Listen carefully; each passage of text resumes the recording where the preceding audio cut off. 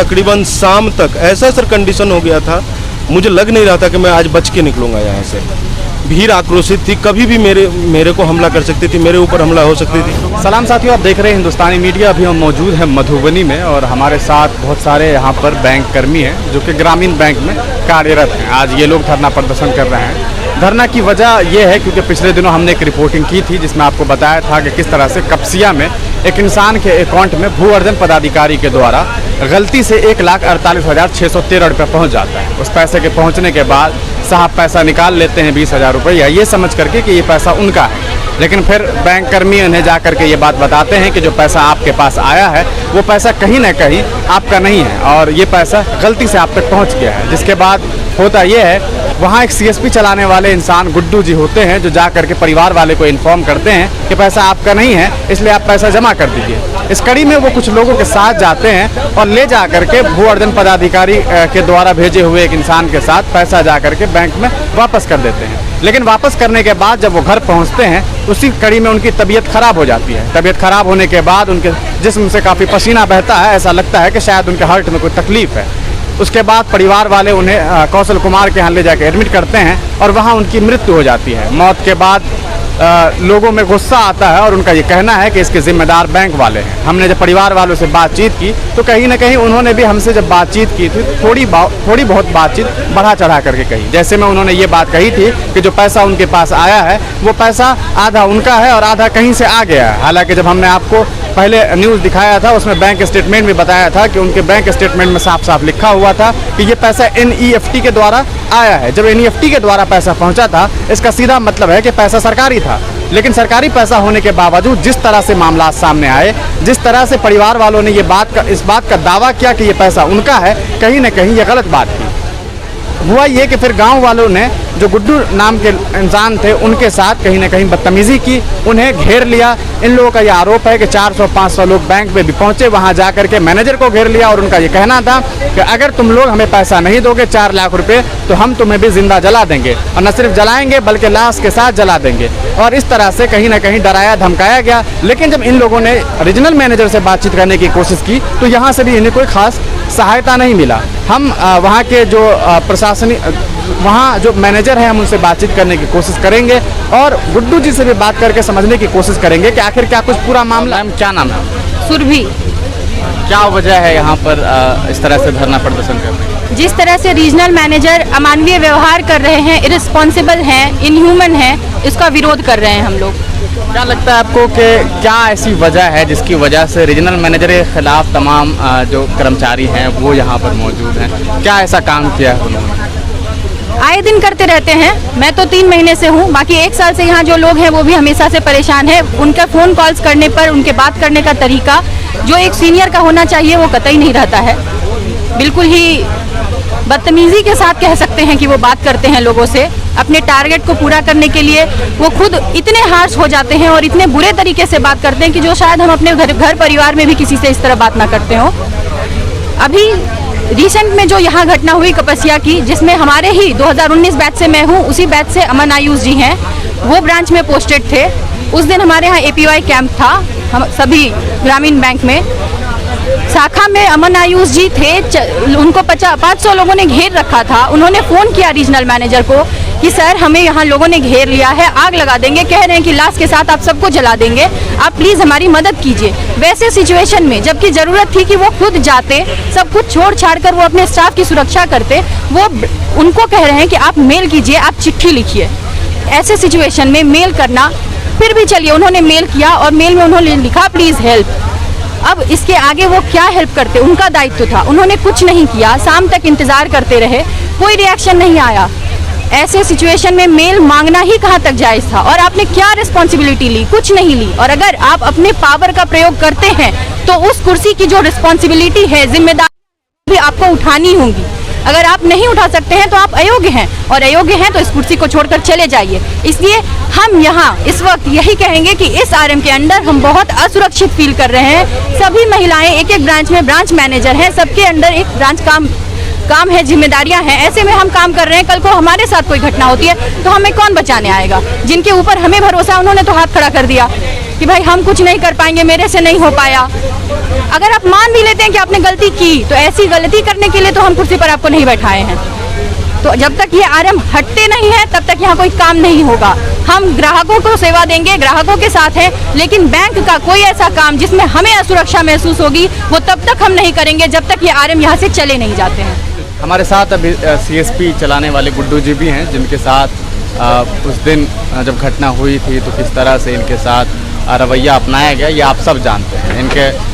इनका ज़बरदस्ती 85,000 रुपया इनसे मांगा गया। वैसे तो डिमांड 4 लाख रुपए का हुआ था और इसके बाद जब इन्होंने 85,000 रुपया दी तब इनकी जान बची। हम इनसे तमाम बातचीत करते हैं और जानते हैं कि आखिर इनके साथ क्या कुछ हुआ। सबसे पहले तो मुझे आप ये बताइए कि जब ये मामला सामने आए आपके ऊपर ये इल्ज़ाम लगाया गया था, क्योंकि मैं वहाँ गया था, बजाबते मैंने रिपोर्टिंग की थी, उन लोगों का ये कहना था कि आप पुलिस पदाधिकारी के कुछ लोगों को डराने धमकाने के लिए ड्रेसअप करा करके लेके गए और उन्हें धमकाया कि नहीं दोगे तो ये हो जाएगा वो हो जाएगा। कुछ बातें नहीं है सर, ऐसे ही हम तो बैंक का काम करते हैं, लोन तहसीली में जाते हैं, APY करते हैं, ब्रांच मैनेजर साहब के आदेशानुसार सब काम कर देते हैं। हमको तो कोई बातें नहीं है। हमको तो वैसे भू अर्जन विभाग का आदमी गया था मुर्तुजा नाम का, उस दिन भी वही बात बोले हैं, आज भी वही बात बोल रहे हैं।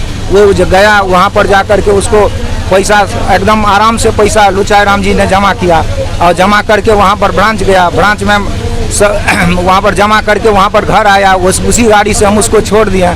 उसके बाद जो है सो 9 बजे उस दिन तो आपको 1 तारीख की घटना तो आपको पूरा पता ही है, यानी सुबह 9 बजे से लेकर के 6 बजे 5 बजे तक हम कैसे जान बचाए हैं सो तो भगवान ही जानता है। और दूसरा क्या कहें।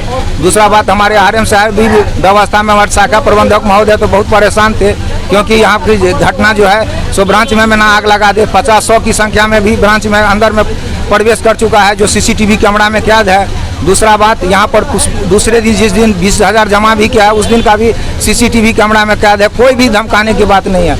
ये एक ही तो था जो हम इसको फंसा करके पूरा समाज के अंदर में पैसा कैसे भी इससे तहसील करें, यही एक तो उसका मंशा था।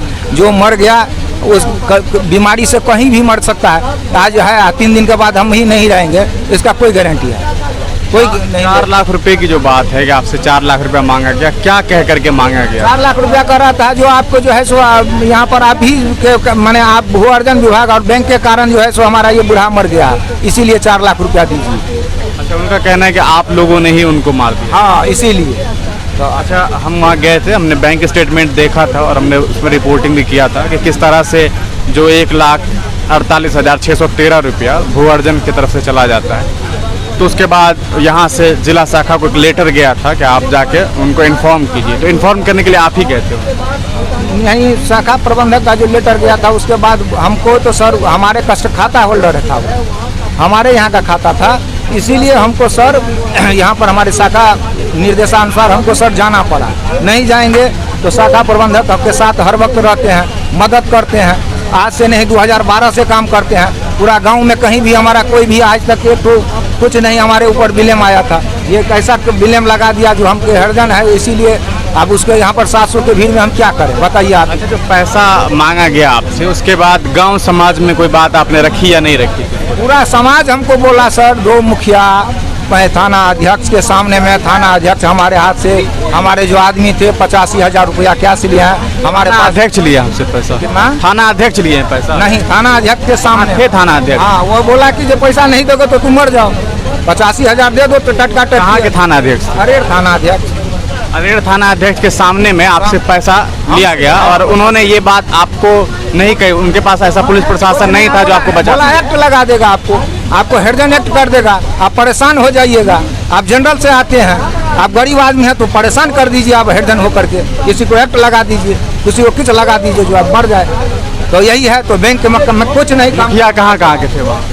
मुखिया जी भी? मुखिया जी दोनों सब पूरा समाज की सहमति से बोला जो 85,000 तत्काल दे दीजिए इसको, इस पंचायत में पूरा कंप्लीट हो जाए 85,000 का। मतलब ये होता है क्योंकि थाना अध्यक्ष के सामने में लिया गया, तो इसका मतलब ये होता है कि थाना अध्यक्ष ये बात मानती है कि आप कसूरवार हैं? कसूरवार नहीं है, वो समझता है। थाना अध्यक्ष बोला आपका कोई गलती नहीं है, लेकिन आप समाज के अंदर में रहिएगा तो हम कोई गारंटी नहीं लेंगे, नहीं तो इसका पैसा दे दीजिए 85,000 रुपये। आपने कोई पैसा तो लिया नहीं था उनसे? आपने कोई पैसा लिया हुआ था क्या उनसे पहले? ऐसा तो कोई पैसा था नहीं, मतलब वो मर गए बस इसी वजह से आपसे पैसा लिया गया? जी जी। अभी आप क्या चाहते हैं वैसे? हमको यही चाहते हैं आरएम सर को, सर मेरा पैसा जो है सो वापस कर दिया जाए, क्योंकि मेरा बेकसूर हूँ, मैं जो कोई गलती कहाँ से लाए आप पैसा? आपको मुझे नहीं लगता 85,000 रुपये आपकी कमाई है। 5 रुपये सैकड़ा पर लाए हैं सर, 5 रुपये सैकड़ा हमारे पास प्रूफ है, सब कुछ है। 5 रुपये सैकड़ा पर कर्ज लाए हैं, कर्ज ला करके आपने पैसा। जी जान बचाने के लिए कुछ तो करना पड़ेगा।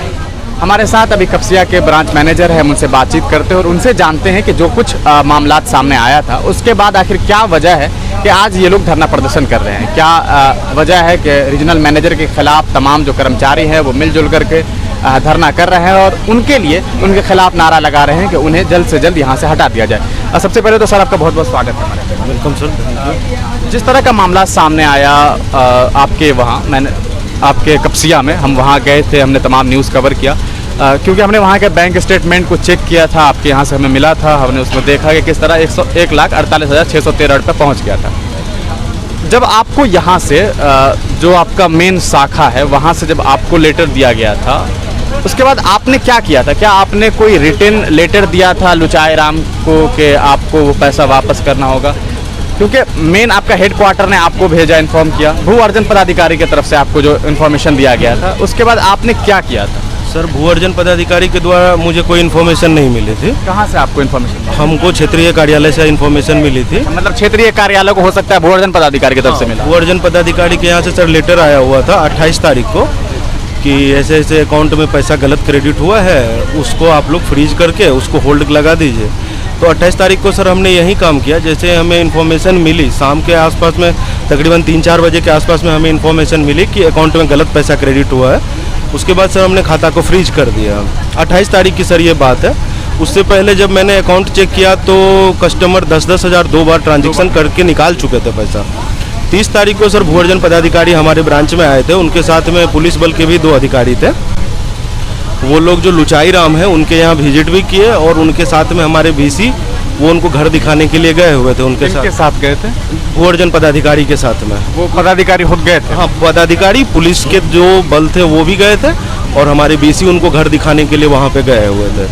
उसके बाद सर नॉर्मल ये बात लगा, फिर वो कस्टमर आकर के ब्रांच में पैसा 20,000 रुपये जमा कर दिया। जब वो 20,000 रुपये देने के लिए आए थे उनके साथ आपके स्टाफ भी आए थे, पदाधिकारी, या वो अकेले आए थे? पदाधिकारी भी आए थे, भू अर्जन पदाधिकारी भी आए थे जी, साथ में लेकर के गए। जी, वो रिकॉर्डिंग हमारे सीसीटीवी पैसा आपको वापस किया, आपके यहाँ के सीसीटीवी में वो बहुत सही नजर आ रहे हैं जैसा कि आप लोगों ने बताया था। वहाँ से वो निकल के घर जाते हैं, उसके बाद उनकी तबीयत खराब होती है। जी, ऐसा हमें इन्फॉर्मेशन मिला है कि उनके बाद उनकी तबीयत खराब हो जाती है और 1 तारीख को सर उनकी सुबह में मृत्यु हो जाती है। मृत्यु होने के पश्चात हमें 10 बजे जब मैं ब्रांच शाखा पहुंचा उसके बाद हमें पता चलती है कि भीड़ वहाँ पे लगी हुई है और बीसी को उन लोगों ने बंधक बना लिया है, उनके साथ जबरन मारपीट कर रहे हैं वो लोग।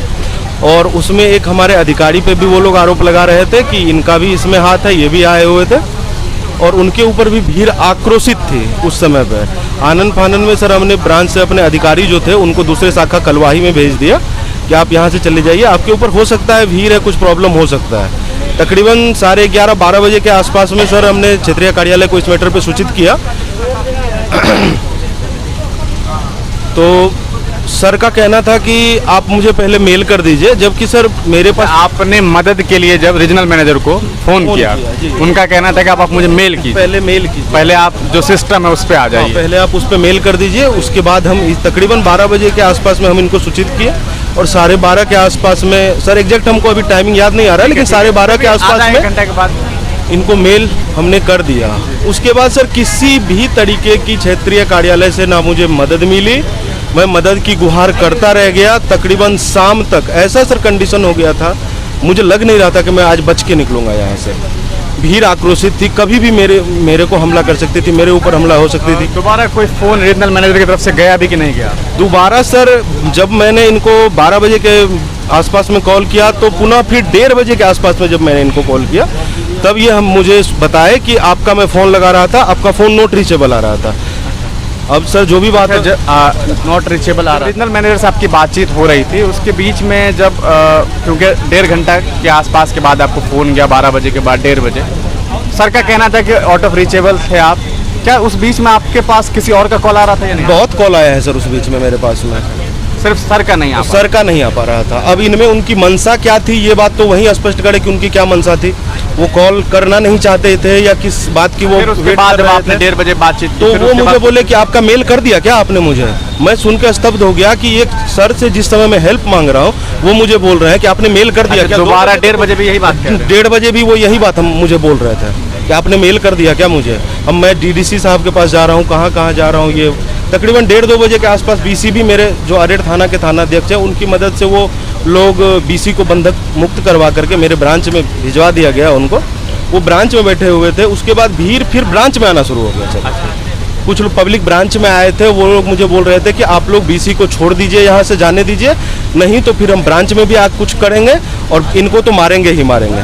अगर ये बिना पैसा दिए हुए जाते हैं यहाँ से तो फिर सर इनके लाश, इनके घर वालों के लाश और जिनका मृत्यु हुआ है उनका लाश, सबका लाश आज इनके घर में ही जलेगा और इनके जिम्मेवार सिर्फ और सिर्फ आप लोग हो।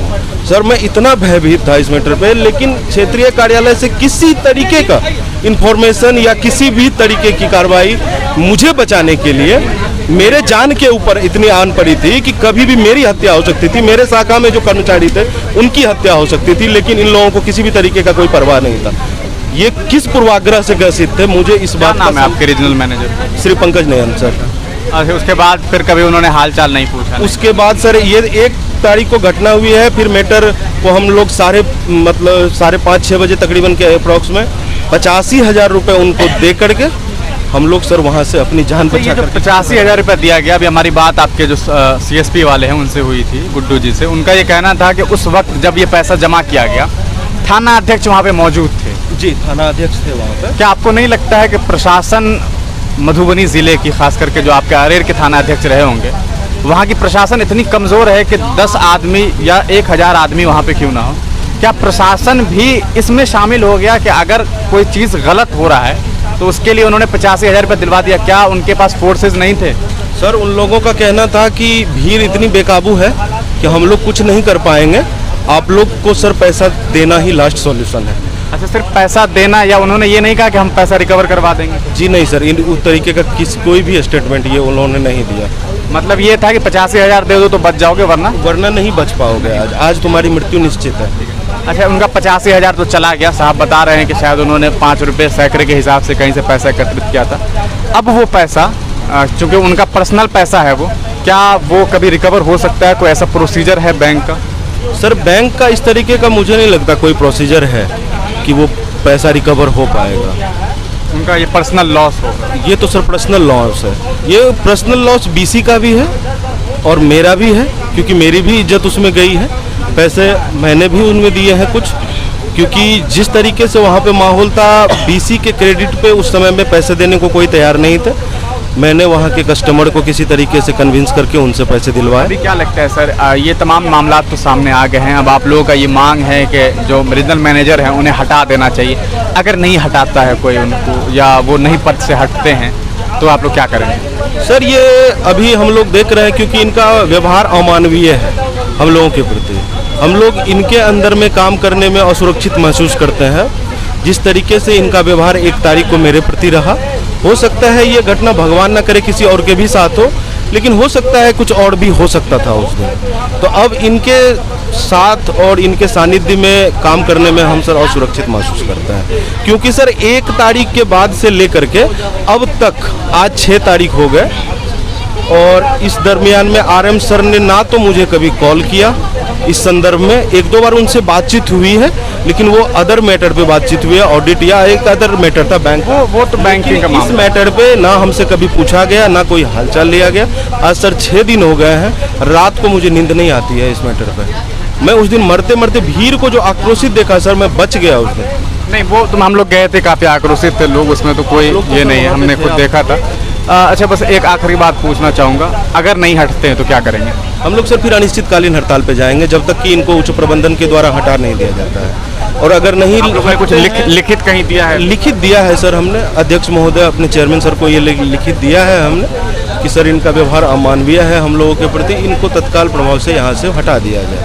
धन्यवाद। तो जैसा कि आपने देखा कि हमने बैंक मैनेजर से भी बात की है, ब्रांच मैनेजर हैं वो वहाँ के कपसिया के, तमाम जो घटनाक्रम है वो आपने पहले ही देखा है, और जहां तक अभी जानकारी हमने आपको दी कि किस तरह से 4 लाख रुपए इनसे डिमांड किया गया, लेकिन 15,000 रुपया इनको यानी बहुत डिस्टर्ब करता है। तो जैसा कि आपने देखा कि किस तरह से इन्होंने बताया कि 4 लाख रुपए इनसे डिमांड किया गया, जिसके बाद 85,000 रुपया इन्होंने दिया, तब जा कर के CSP वाले को छोड़ा गया। कहीं ना कहीं थाना प्रभारी भी वहाँ मौजूद थे, तो वो ये बात जानते होंगे कि कौन इसके लिए जिम्मेदार है। अब देखना यह है कि क्या जो उच्च पदाधिकारी है वो जो इनके रीजनल मैनेजर है उन पर कार्रवाई करती है या नहीं करती है। दूसरी सबसे बड़ी बात यह है कि जिस गरीब ने अपना 85,000 रुपया कहीं से कर्ज लेकर के दिया है, क्या उन्हें इंसाफ मिलता है या नहीं मिलता है। तमाम जो घटनाक्रम है उसको लेकर के हमने आपको जानकारी दे दी है। अब फैसला आपका है कि आप ये निर्णय ले सके कि आखिर कौन सही है कौन गलत। अपने ब्रांड, कंपनी या संस्थान के प्रचार प्रसार के लिए स्क्रीन पे दिए गए नंबर पे संपर्क करें। जल्दी करें ताकि आप बढ़ सकें और भी आगे।